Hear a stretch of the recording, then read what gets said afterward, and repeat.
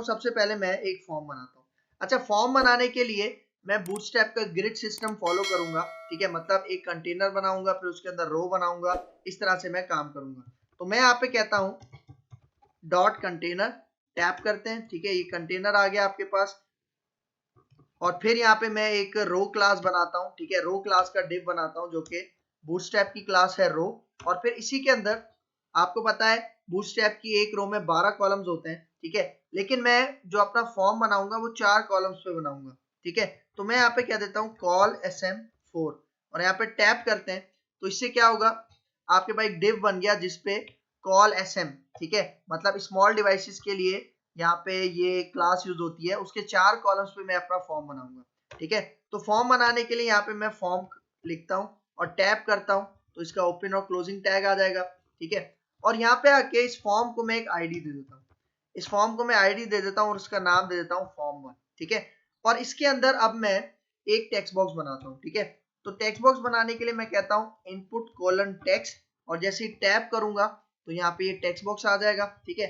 और इसका नेम, इस टेक्स्ट बॉक्स का जो नाम है, ठीक है, वो मैं कह देता हूँ फॉर एग्जांपल माय नेम, और इसकी आईडी भी मैं यही सेट कर देता हूँ माय नेम, ठीक है। और इसको मैं एक प्लेस होल्डर दे देता हूँ, ठीक है, और प्लेस होल्डर में मैं यहाँ पे क्या देता हूँ एंटर योर नेम, ठीक है। और इसके ऊपर भी मैं बूटस्ट्रैप की क्लासेस अप्लाई कर देता हूँ, ठीक है। फॉर्म की एक क्लास होती है बूटस्ट्रैप की जिसको हम कहते हैं फॉर्म कंट्रोल, ठीक है। तो ये क्लास मैंने अप्लाई कर दी। और फिर इसी के बाद मुझे यहाँ पे एक बटन चाहिए, ठीक है, एक मैं br का टैग देता हूँ यहाँ पे लाइन ब्रेक के लिए, और इसी टैग बॉक्स के नीचे एक मुझे बटन भी चाहिए, सबमिट बटन।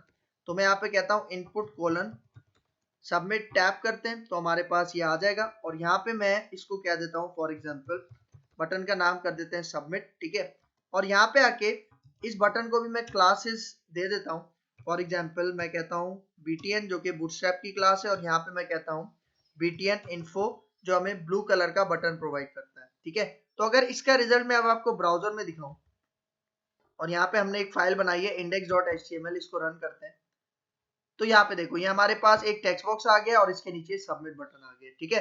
अच्छा, मैं चाह रहा हूँ कि ये जो फॉर्म है ये अभी हमारे पास कंटेनर के अंदर है, कंटेनर के अंदर लेफ्ट और राइट साइड पे मार्जिन होते हैं, लेकिन ये 4 कॉलम्स पे है।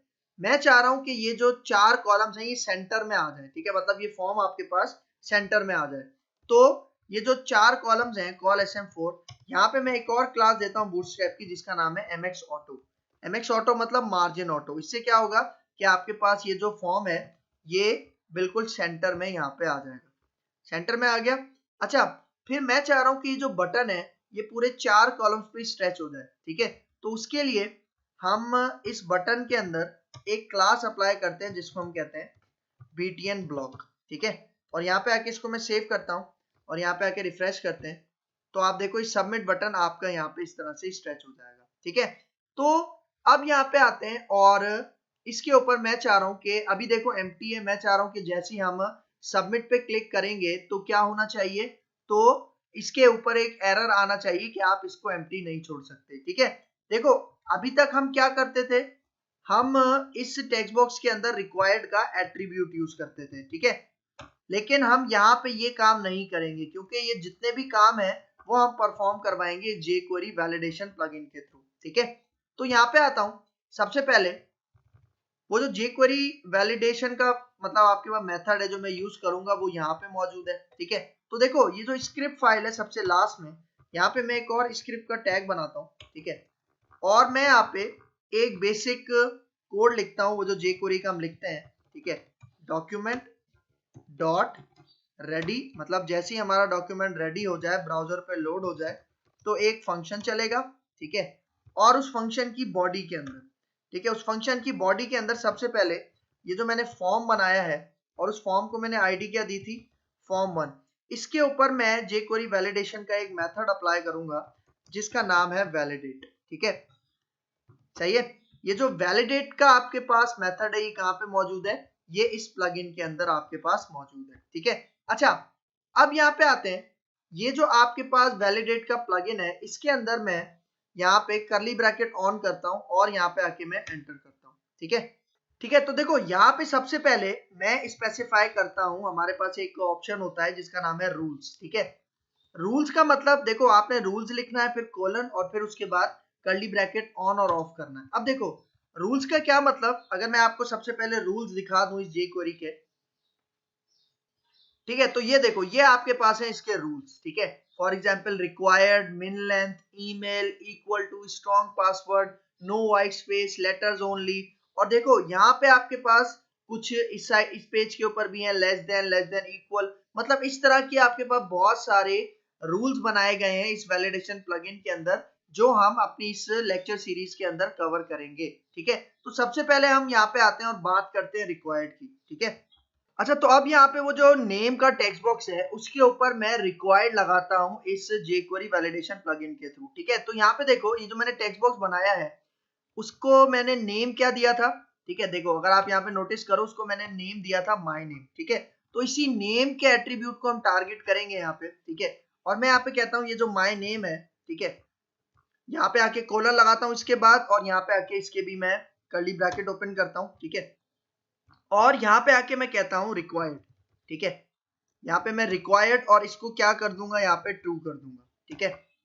मतलब देखो इससे क्या होगा, इससे मैंने क्या किया कि जो माय नेम का टेक्स्ट बॉक्स था उसके ऊपर मैंने क्या लगा लिया, रिक्वायर्ड लगा लिया। तो इससे क्या होगा, इससे ये होगा कि जब मैं सबमिट करूंगा तो हमारे पास उसी टेक्स्ट बॉक्स के नीचे हमारे पास क्या आएगा, एक एरर मैसेज आएगा और बताएगा कि दिस फील्ड इज रिक्वायर्ड। तो यहाँ पे आके मैं सेव करता हूँ और यहाँ पे आते हैं अपने ब्राउजर में, यहाँ पे आके मैं इसको रिफ्रेश करता हूँ, ठीक है। और अब देखो जैसे ही मैं यहाँ पे आके सबमिट पे क्लिक करूंगा तो देखो आपके पास टेक्स्ट बॉक्स के नीचे क्या मैसेज शो हो रहा है, दिस फील्ड इज रिक्वायर्ड, ठीक है।